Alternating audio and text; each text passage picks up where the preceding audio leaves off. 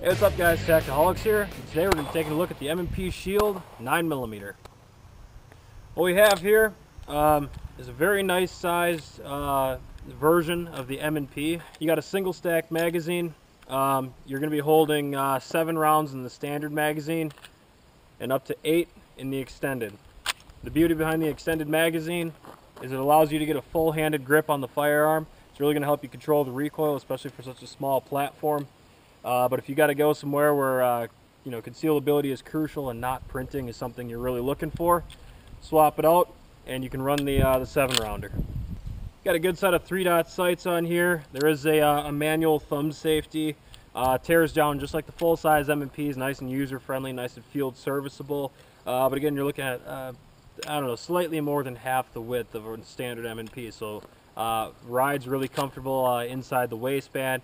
Probably drop it into a purse, a backpack, tuck it in the glove box of your car, and it should serve you well. Let's see how she runs.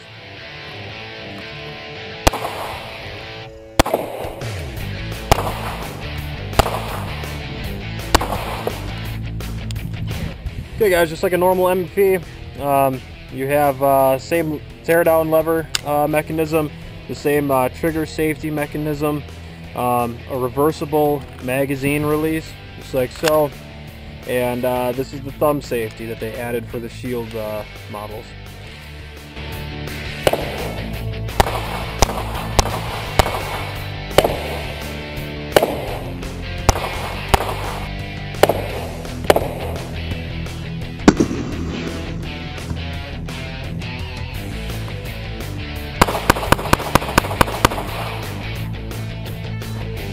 Check the target.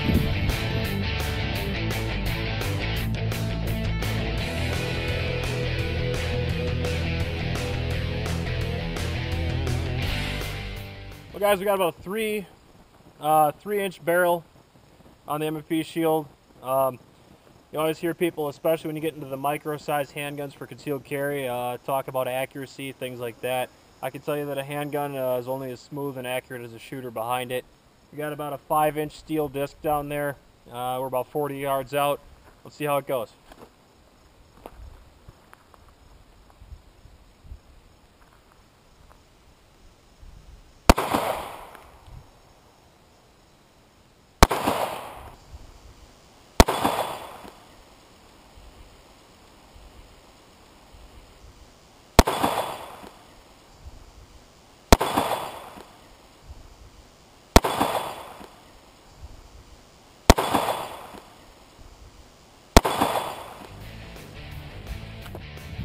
I'd say it does all right.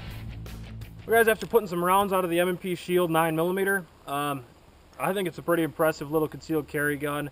I would say, for the extra money that you're going to be looking at spending, which is slightly more than the Ruger LC9 market, things like that.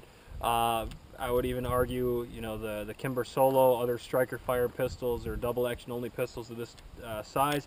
I think this one's probably going to be a little better investment for you. The trigger is actually an improvement over the factory M&P trigger, which is a little bit gritty and heavy with a kind of a mushy reset, but this thing is pretty snappy in both directions.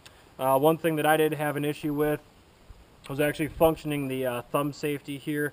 It's a little bit small and recessed into the gun, kind of similar to the Bodyguard by Smith Wesson. And when drawing and actually presenting the gun and trying to manipulate that thumb safety there with my thumb, it was actually a little bit of a challenge for me. But I'm a big fan of the extended magazine. You're carrying 8 rounds plus 1 in the chamber if you prefer to do so, so a total of 9.